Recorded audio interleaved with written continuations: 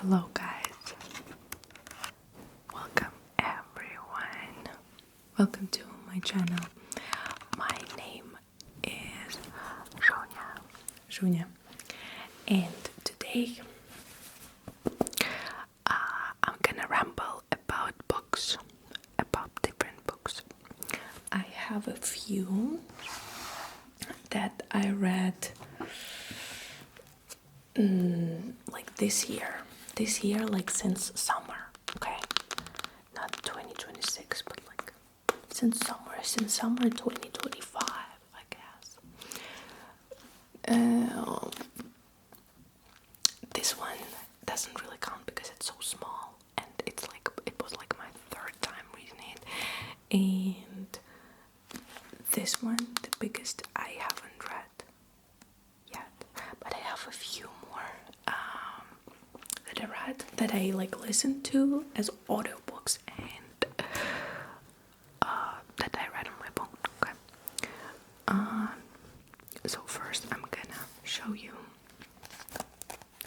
these books tab and tell you about them. Okay, like give you a little summary, my recommendations, if I recommend them or not. And then I have a list of books and authors that like I really recommend in Russian and in and from other countries, okay, English, American, Italian, whatever. So if you like listening about books, or if you just like listening to me rambling, you can stay and watch this video. I hope you enjoy it. So the first is this teeny tiny book. It's called Daddy Long Legs. Daddy Long Legs. The author is Jean Webster, and I think Jean Webster is Mark Twain's granddaughter or something like that.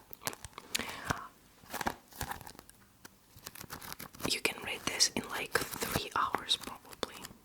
I remember that the last time I took it on the plane with me, and I read it, and there was still time, a few hours left. It was on flight. So this book is very, very short. This novel, very short, but very nice. Pretty romantic. If you like short romantic stories, read this one. There is an orphan, of course. Her initial name is a very weird name, Jerusha. If your name is Jerusha, please don't be offended, but I've never heard it before, and she doesn't like it either, and she changes her name to Judy. I think Judy. She's an orphan, and she is like 17 or 16. I don't remember. She's young, and she's working at the orphanage where she grew up, where she was educated. She's working as a teacher for little girls, little kids. And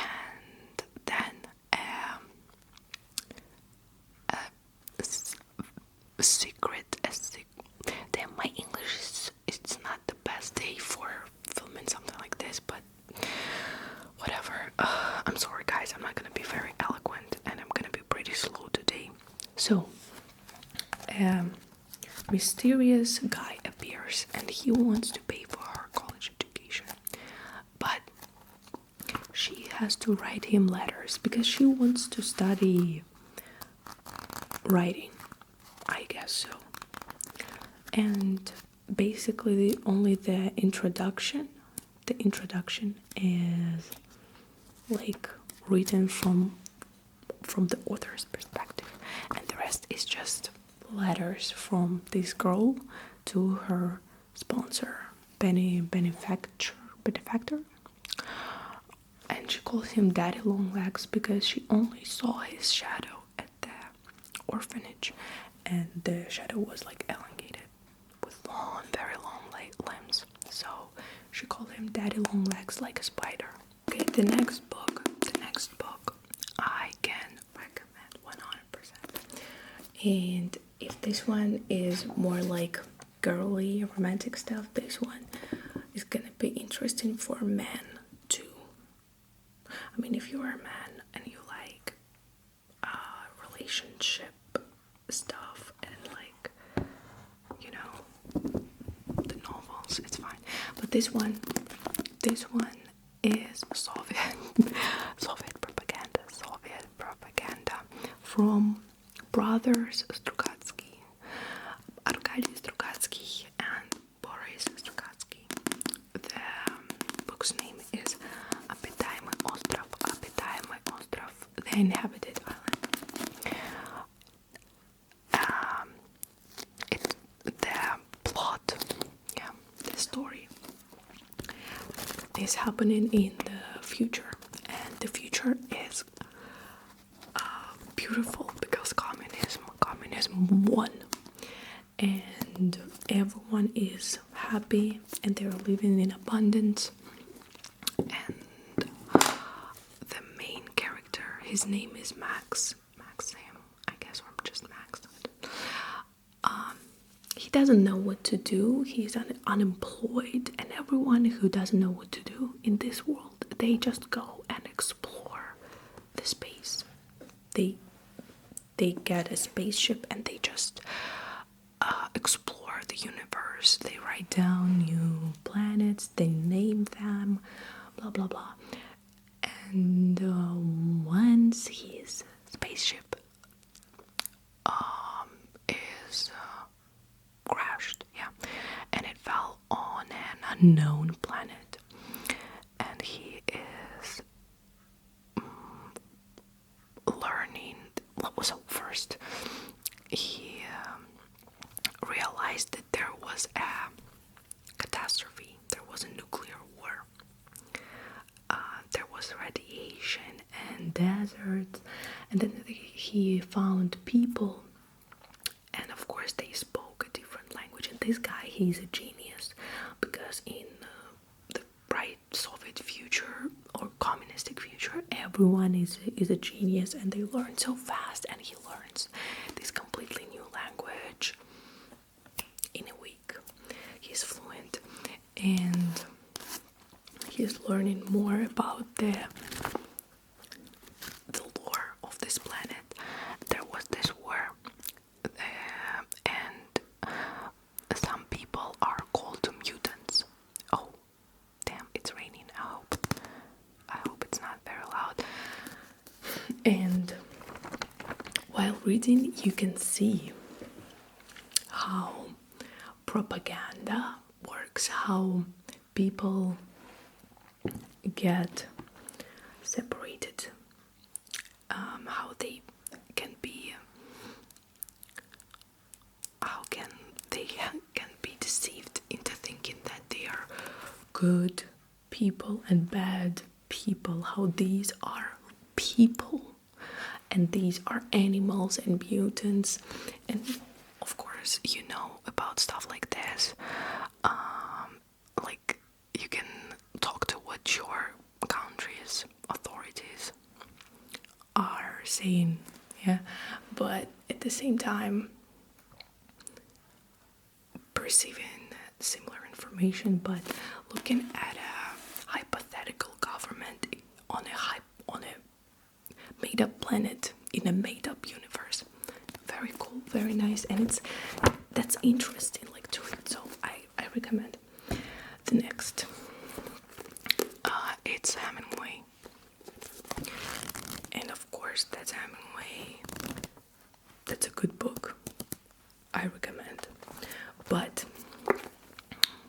this one is called Fiesta in Russian, and in English, the original. The English, the original name of the book is The Sun Also Rises. So The Sun Also Rises is about a guy, Jake, who is PTSD'd, who's got a PTSD after the World War II. A lot of Hemingway's books are about the lost generation who came back from the World War II and cannot cope. They are broken. They do not know how to function in this new world. And Jake, he moved to Paris. He lives in Paris, and he met what was her name? I do not remember. He meets Brett, I think her name in Russian, Brett. Her name was Brett.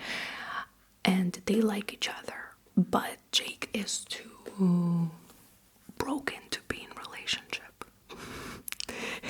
This is a situationship story by Hemingway. And Brett, she's the symbol of a liberated woman of 20th century. She is flirting with his friends and kind of goes dates guys, but they cannot be together, and you watch this passion, love triangles, but at the same time depression. Sometimes I remember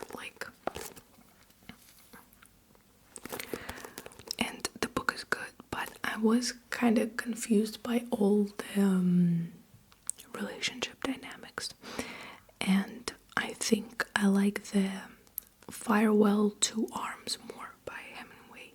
Farewell. Why did I say farewell? Farewell to Arms. That book is stronger, in my opinion. It's tougher, it's sadder, but the lost generation, the PTSD, the unhappy, or I don't know how to say, unhappy love, tragic love. I think it's better in the Farewell to Arms. But this one, if you like Paris, 50s, 60s, all this, chanson type of stuff, you will like it. Anyway, I recommend. The next one, I checked in English. It's also 100 years. 100 лет.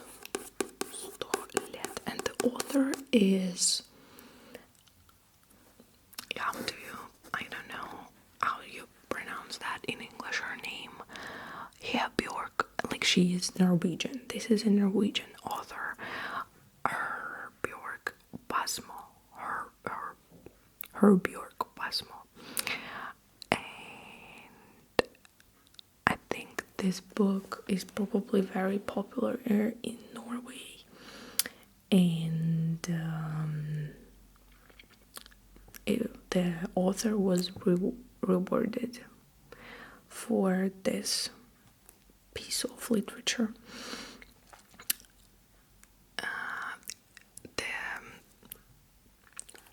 Basically, this is the story of the author's family, about her great-grandmother, grandmother, and mother, their fates, their destinies. Her great-grandmother was born in the middle of 19th century, and she was a beautiful model, but whatever, you read about 3 destinies of 3 women, and the last one is the mother of the author. Okay, the author was born in 1942. Very nice, especially if you like Norway, if you like Scandinavian and European history, it's all reflected here. I would say this book is kind of the mixture of Little Women, in a way, I guess, and 100 Years of Solitude by Garcias. What's his name? Guys, I'm always very bad with names. I never remember names. But a little bit more positive, if it makes sense. It's nice. I think I'm just personally not like my type of book that would be my favorite, but it was still good. It was still good. 100 years.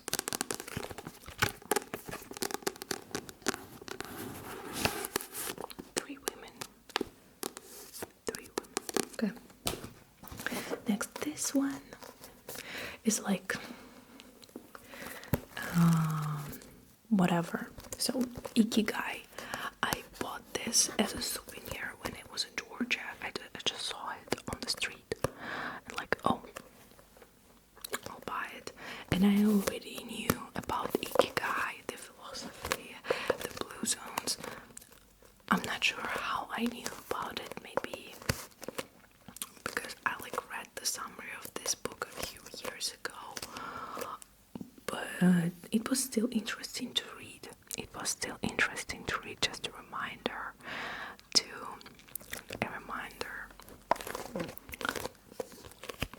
to lead a healthy lifestyle, to take care of your body, of your physical and mental health. And if you do not know Ikigai is a thing that is what you love, what the world needs, what you can be paid for, and what you are good at. In the center of all of that, you have Ikigai. I like how they also have the mixture of what you are good at and what you love is passion. What you love and what the world needs is mission. What the world needs and what you can be paid for is vocation. And what you can be paid for and what you are good at, profession. Very nice explanation. Very nice graph. I don't know if it's, yeah, I think it's switched. I'm not sure. I like this book. The next one is Puchina. In Russian, that's Puchina. In English, that's The Vortex. In Spanish, the original name is La Voragine. La Voragine. Okay, so my friend Juan recommended this book to me, and at first I started reading it. I didn't like it. Oh, my camera is focused, and I wouldn't say that that's my favorite book now after I read it, but let me tell you about the plot. So the main character, his name is Arturo, and his girl is Alicia. So the main guy, he is like a womanizer. He had a lot of women. He doesn't have very good reputation, but then he started dating Alicia, and she was from a very respected, good, rich family from Bogota. That happens in Colombia, and her parents don't want them to be together, so the couple decides to run away, and their way goes through Amazonian forests, and they meet a lot of people, a lot of interactions, dangers. It's the time of the rubber fever, all that rubber gets exported to the United States and I guess Canada, maybe like Europe. Yeah. About colonization, about nature, love. But what I didn't like about this book is how many symbols and hidden meanings it had. Like, you can read all these very eloquent descriptions, and it's like this type of thing when he had a dream about blue flower, and blue flower symbolizes Virgin Mary, and a flower is a symbol. I think the book should, this book is good on its own, even if you do not try to contemplate, look for the hints. I'm just not I do not like modernist or modernistic, how they call it, literature. I guess that's the genre. But very nice. I also like, that's why I like Hemingway, because he's not very descriptive, but like nature. But that must be my Zoomer TikTok brain. Okay. But maybe not. When I was a kid, I was always skipping through the nature descriptions. To be honest, if it's too long, I don't need it. And the last book, physical book that I have here is Heart of Three by Jack London. And I will talk about Jack London later. I'll talk about his other book that I also really like and really recommend. But this one, I am a big fan of a movie. It's more like a series of, there are 4 episodes or 5. I'm not sure. Сердца трех, Hearts of Three, and it's like a Soviet, or was it filmed in 90s? I'm not sure. Whatever, Russian movie filmed after this book. And my mom and I watched this series every other year together. The plot is young guy, very rich. His name is Francis Morgan. He wants to find treasure hidden by his great-great-grandpa Henry Morgan, who was a pirate. And he is recommended to go and search for this treasure while something happens with his business. Let's say, like, well, I don't know if is it a spoiler? Whatever. He sails to Latin America, and he meets a guy whose name is Henry Morgan, like his ancestor, and they realize that they are distant cousins, and they are both looking for the same treasure. And there is also a girl who is kind of promised to this Henry Morgan, but she likes this Francis Morgan. I like me some love triangles, okay? And the movie, the Russian Soviet movie, is very, very pretty. Like, the actors. If you can try, if you want to try to look for that movie, maybe you find it with English subtitles, or if your Russian is good enough, you can watch it. I don't know if there is a movie in English about this, but whatever. This is the last book that was written by Jack London. his last book. I think he died before it got published or right after. Okay, look, he was so pretty. Jack London. So I'm still reading this. I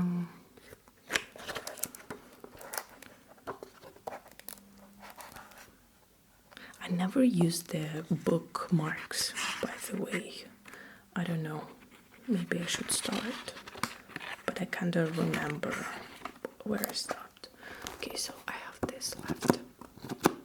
I think I'll finish it soon because kind of like because I know the plot, it's easier to read.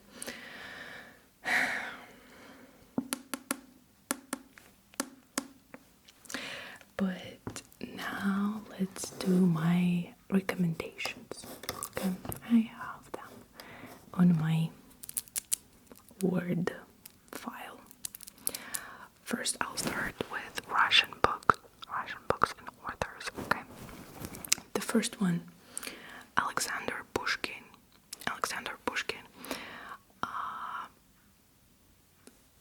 This is the most classic author, the mainstreamist, the most mainstream one that you can be recommended, but that never gets old. My favorite is his Belkin, the Belkin Tales. Yep, Повести Belkina, Belkin Tales. One of them is kind of like, I think it's the vibe. I wanted to say vibe. The vibe is like this. Also very short. I don't know if it's shorter than this book. I think it is. So there are a few stories, okay, in the Belkin Tales, and my favorite is about the peasant lady, the lady peasant, the lady servant. I don't know. I do not remember the English name. So they are two noblemen who are neighbors. They have their mansions and peasants, serfs, okay? But they are enemies. They hate each other. And one of them has a son, the other one has a daughter. And the son, he comes back. He starts living with his father. And the daughter, she heard the news and she wants to see the guy because everyone is talking about a young master coming back to town, and but she cannot go there officially, right? Because her dad would not allow her. So she dresses up as a serf lady, as a peasant girl, and she goes there and she meets the guy, and they fall in love, but he thinks he cannot be with her because she's a serf, and he is a noble guy. I do not remember his title, and she cannot dare tell him the truth. I don't know why, whatever. And very short, very pleasant, very romantic, very classic, very decent. There is also a movie, but the movie is not that decent because they show boobs for a few seconds. But the movie is good. And the other thing by Pushkin, you can read anything by Pushkin because he is Pushkin. But Eugene Onegin, Yevgeny Onegin. If you like poetry, if you like reading stories that are rhyming in rhymes, then you should read Eugene Onegin. Of course, that's poetry, and translated poetry is kind of, well, it's not blasphemy, but it's not the same thing. That never gonna hit you the same way as it would be in the original language. But the story itself is interesting, and it's classic. I think it's good to know stories like that. The next one also the most. I think Dostoevsky is more known in the West than Pushkin, because Dostoevsky influenced a lot of philosophers and authors in the West. He is the OG of Russian depression literature, depressive, unknown Russian soul, blah blah blah. And the books that I recommend, I guess, are all of them, but I personally only read 2 that I properly read. I tried to read Idiot or The Idiot, I don't know how you call it, but I don't remember why I stopped. I was distracted. But I recommend the Crime and Punishment. It's about crime, killing an old babushka with an axe, and punishment, going to Siberia. But it's more difficult than that and more interesting. And the other one is that I read in November. Yeah, in November. Is Karamazov, the brothers Karamazov.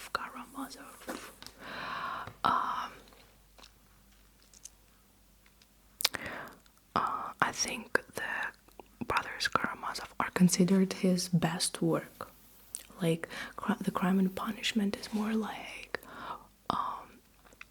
the most popular one, and the brothers Karamazov is the best, I don't know who rates that, but I enjoyed, and you cannot just simply retell.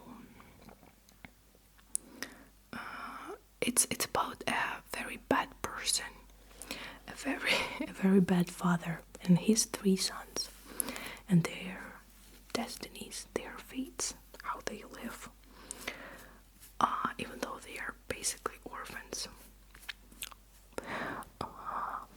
Okay, next. Some science fiction, fantasy. Alexander Belyaev, Professor Dowell's head. The name of the Professor Dowell is very English, right? Very Western. Dowell. I guess he wanted to be perceived as Western. He wanted the book to be perceived as a Western book. I'm not sure. He himself, Alexander Belyaev, he was paralyzed for a few years, and that inspired him to write this novel. It's about a professor, the Dowell Professor Dowell, who figured out how to preserve life in a head. So you behead someone, and then their head can live without the body. But I guess he only practiced this on animals, and then he dies, and he wakes up and realizes that he is the head under a glass cup. I don't know, a glass tube. That I loved the story as a teenager. I read it multiple times. The next one, Mikhail Bulgakov, Heart of a Dog, Heart of a Dog. Maybe you have heard about Master and Margarita by Mikhail Bulgakov. This is the most famous book, novel, Master and Margarita, but I personally read that when I was 15. I didn't understand a thing, basically. I liked it, but I closed the book and like, oh, okay. And I still get the cultural references. I kind of remember the plot, but I think I should reread it sometime. But Heart of a Dog could be my favorite book. My favorite Russian book. I'm not sure. So it's a satire. It's satire on Soviet government, and it was banned in Soviet Union. People were prohibited. They could not find this book in libraries and stores. The main character, Professor Prejudice, he was a popular doctor professor in Imperial Russia and continued his work, his scientific experiments under Soviet government rule. And he had a big apartment, but you know how in Soviet Union, rich people were forced to leave their houses, their mansions, their apartments, or they were forced to live only in one room, and all the other rooms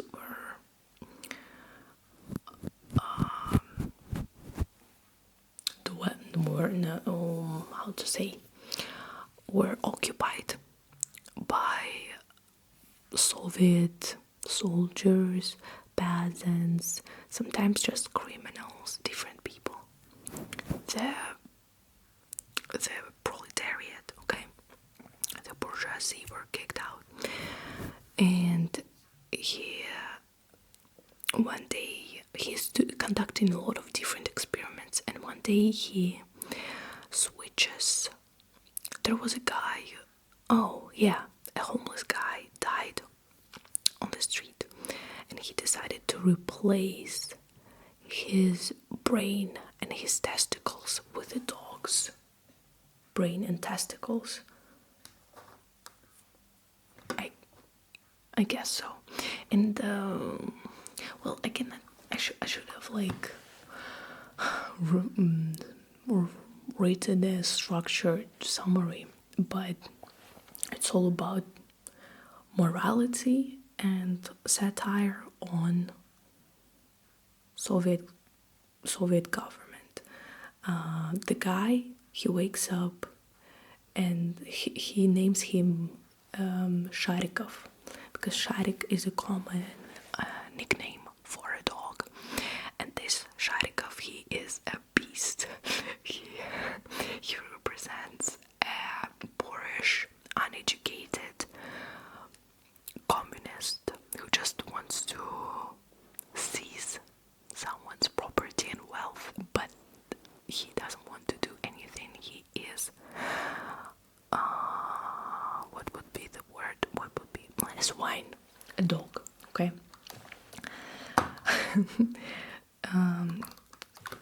This book, the Russian literature, I recommend this one, really.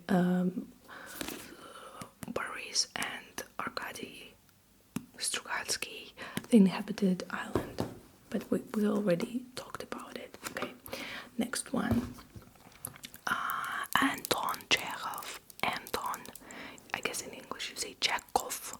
Anton Chekhov. All of his short stories. He's got a lot of short stories, and they always had good morals. Very easy to track. Yeah, it's not like, and now try to understand what I wanted to tell. That's very deep and very smart. No. I have this very, very old book. It's not that old. It's like, well, maybe it is old, but it's not well preserved. But all the stories, you can read it just fine. So all his short stories, and the cherry garden, the cherry orchard, or you say orchard? No, I think you say orchard. The cherry orchard. Cherry Orchard is a play. It's not very easy to read because of its structure, because it's a play, not a novel. But I don't remember. I think we have to read it in like 9th grade or 10th grade. I do not remember. Do we have to read it in school? I'm not sure, but I really liked it. I should reread it. Okay, and the last one is Lydia Charskaya. She was my favorite when I was a kid. I guess you can still read it as an adult. Even though it's been like 5 years since the last time I read her books. She was writing for girls and teenagers of pre-revolutionary Russia, for young women of Russian Empire. Her books later were banned in Soviet Union because they were considered to be too sentimental, too girly, too aristocratic, too noble. She's writing about young girls living in institutions, in institutes for noble ladies. And I think she's got a lot of characters, but the most popular ones in her books and her stories is Georgian princess, like Knyazhna. She's from Georgia. I remember Charskaya's descriptions of Kura, the river in Georgia, how it was green in summer and so like strong and blah blah blah, and how I saw the river this summer, and I recognized, like I remembered the description of the river, and it felt so nice. And the other girl was from Novorossiya, the Ukrainian part of Russia, of Russian Empire. I think so. She was from Ukraine. Yep, very interesting, very historical. If you are a teenager, and I know I have some, like, I think I have like 15% of people who are under 18. 15 under 18. Kinda. So that would be good. I think her books are translated to Russian or to English. And fast. This video is already so long. About the other not Russian recommendations. Jane Eyre, classic. I mean, no comments. Pride and Prejudice, even more mainstream. Okay. Oh, did you know that the first name of this book, Pride and Prejudice, was The First Impressions? The First Impressions. The next one, could be my favorite American book. I think it is. It's Martin Eden by Jack London. I heard someone saying that if a guy says that his favorite book is Martin Eden, then he is a red flag. but I'm not a guy, I'm a girl. So I read this book 3 times. The first time I was 15 and I really liked it, but I was traumatized by the ending.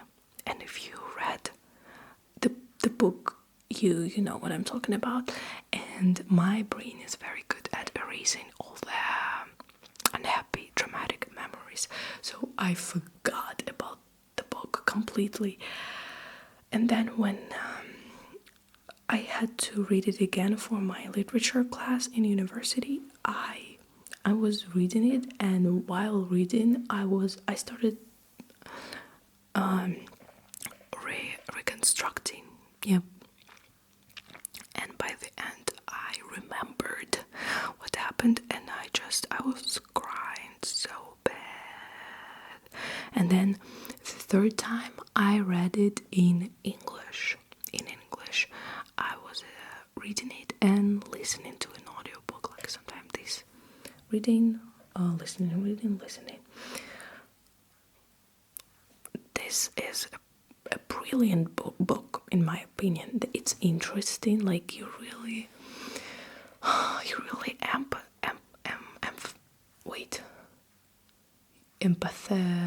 emphasize. No, what's the verb? You want the main character to succeed. You want Martin to kick their ass, okay? You empathize, yeah? American Dream. This book is basically for and against American Dream, in my opinion, at the same time. American Dream is a concept, but according to this book, it's achievable when you are not trying to analyze it. But at the same time, it's so much more. Like it shows how shallow all the dreams about money and fame and wealth are. And I think most of the time when you buy the Martin Eden book, they put Jack London's picture on it, and this is how I picture Martin to look like too. I don't know, is it because I like the Martin Eden's character? I like the picture so much, I don't know, but I look at this man and I just like his intelligence is piercing my face.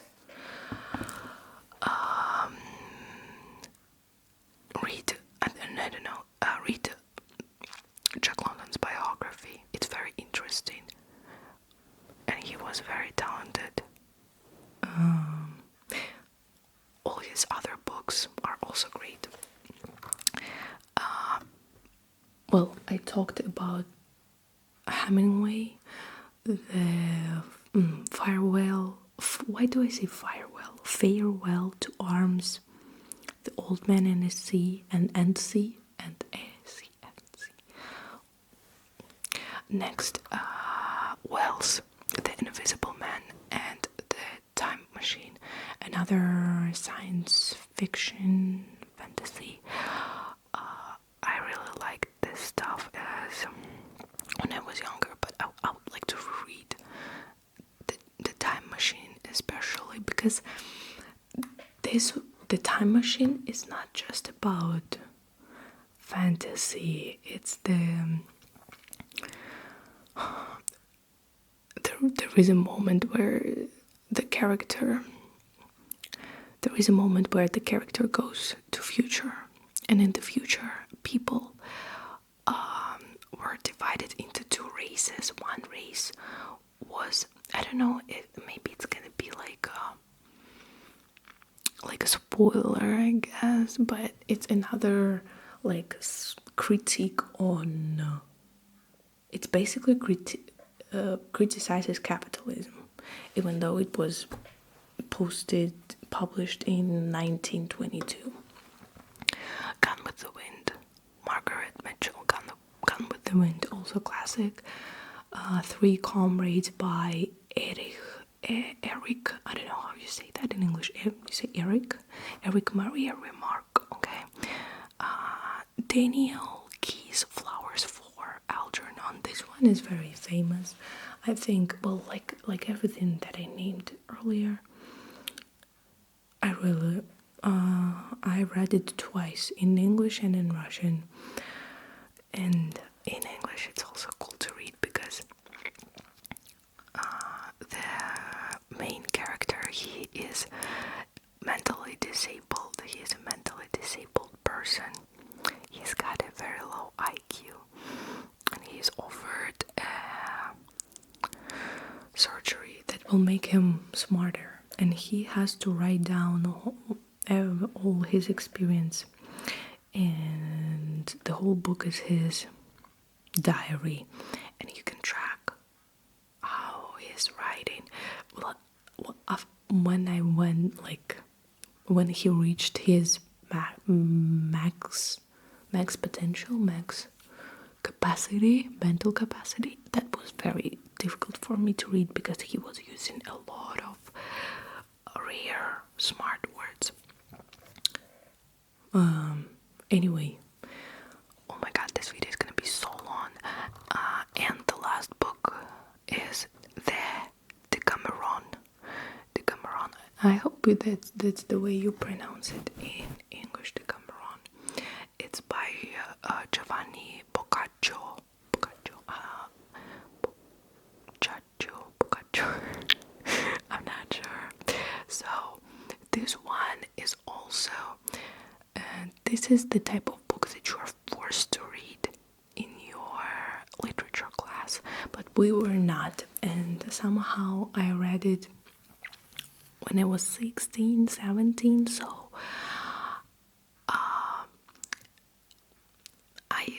I think I should reread it, but I remember how good it was, so, and I know that it's classic and everyone talks about it and alluding to this book, so I recommend. I think people should read things like that.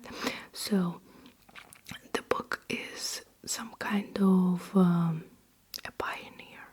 Like there is a special genre of stories compilation.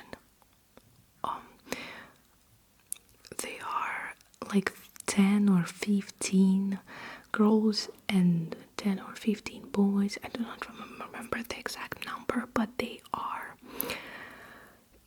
in Italy during the Black Death, and I don't remember which one.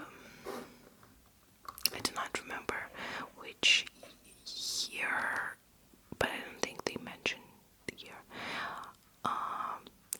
or city, but they decided to leave the city. This group of men and women leave the city to survive the plague, so they leave and they stay at a house in the country, and they are bored because they just have to stay there for the amount of days that is coinciding with the number of people. Okay, and they decide to tell stories. Each day they pick a theme, and each of them tells a story about it. It was very important for literature, for European literature. Okay. I'm very tired, guys. I hope I'm able to make it at least 50 minutes long. I hope you liked this video. If you are a bookworm, then maybe you got interested in some of the books, stories, novels, authors. I hope so.